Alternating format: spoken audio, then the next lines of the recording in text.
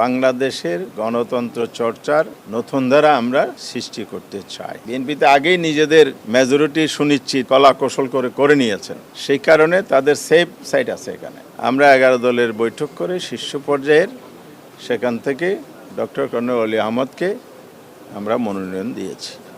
দুটো প্রশ্ন আপনাদের পক্ষ থেকে আগেও এসেছিল, এখনও জাতির কাছে আলোচিত প্রশ্ন। একটা হলো আপনাদের তো মেজরিটি নেই, তাইলে আপনারা কেন এখানে দিয়েছেন, প্রার্থী মনোনয়ন দিয়েছেন? আমরা বেশ শার্পলি এবং ক্লিয়ারলি বলেছি যে বাংলাদেশের গণতন্ত্র চর্চার নতুন ধারা আমরা সৃষ্টি করতে চাই। 91 সালে যদিও একটা সম্ভাবনা ছিল বিএনপির আসন কম থাকাতে, এখানে তো সেই সম্ভাবনাও নাই। বিএনপিতে আগেই নিজেদের মেজরিটি সুনিশ্চিত কলা কৌশল করে নিয়েছেন, সেই কারণে তাদের সেফ সাইড আছে এখানে। তা আমরা এখানে জিতব কি হারব এটা নয়, আমরা প্রতিদ্বন্দ্বিতা ছাড়া কোনো নির্বাচন হোক এটা আমরা চাই না। এটাই গণতন্ত্রের সৌন্দর্য। গণতন্ত্রকে সঠিক ধারায় ফিরিয়ে আনার জন্যেই আমরা এই সিদ্ধান্তটা নিয়েছি। নাম্বার 2 হচ্ছে এমন একজন প্রার্থীকে আমরা এখানে নমিনেশন দিয়েছি যিনি জাতীয়ভাবে সমালোচনা বিতর্কের ঊর্ধ্বে এবং দেশের খেতাবপ্রাপ্ত মুক্তিযোদ্ধা। উনি 3 বার মন্ত্রী ছিলেন, 6 বার এমপি ছিলেন।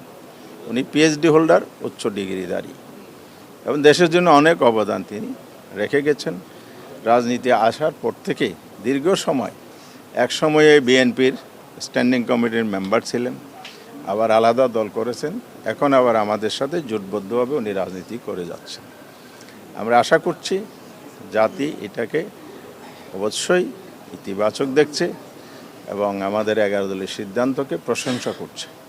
কিন্তু সমস্যা হচ্ছে গণতন্ত্র চর্চার পিছনে সাংবিধানিক বাধ্যবাধকতা একটা ব্যারিয়ার তৈরি করেছে। সেটা হচ্ছে আর্টিকেল 70 আমাদের কনস্টিটিউশনে 70 অনুচ্ছেদ বলে, যেটা নিয়ে আমরা ঐক্যমত্য কমিশনে সংসদ সদস্যদের স্বাধীনভাবে তার মতামত জাতির স্বার্থে, জনগণের সাথে, দেশের স্বার্থে রাখতে পারে, সে ডোরটা ওপেন করা। সেখানে বিএনপি সহ যারা ঐক্যমত্য কমিটি ছিলেন, আমরা 3 দিন প্রায় আলোচনা করার পর সবাই মিলে একমত হয়েছি যে আর্টিকেল 70 এখানে নো কনফিডেন্স, অনাস্থা ভোট এবং অর্থ বিল ছাড়া আর সব ক্ষেত্রে সংসদ সদস্যগণ স্বাধীনভাবে মত দিতে পারবেন, ভোট দিতে পারবেন।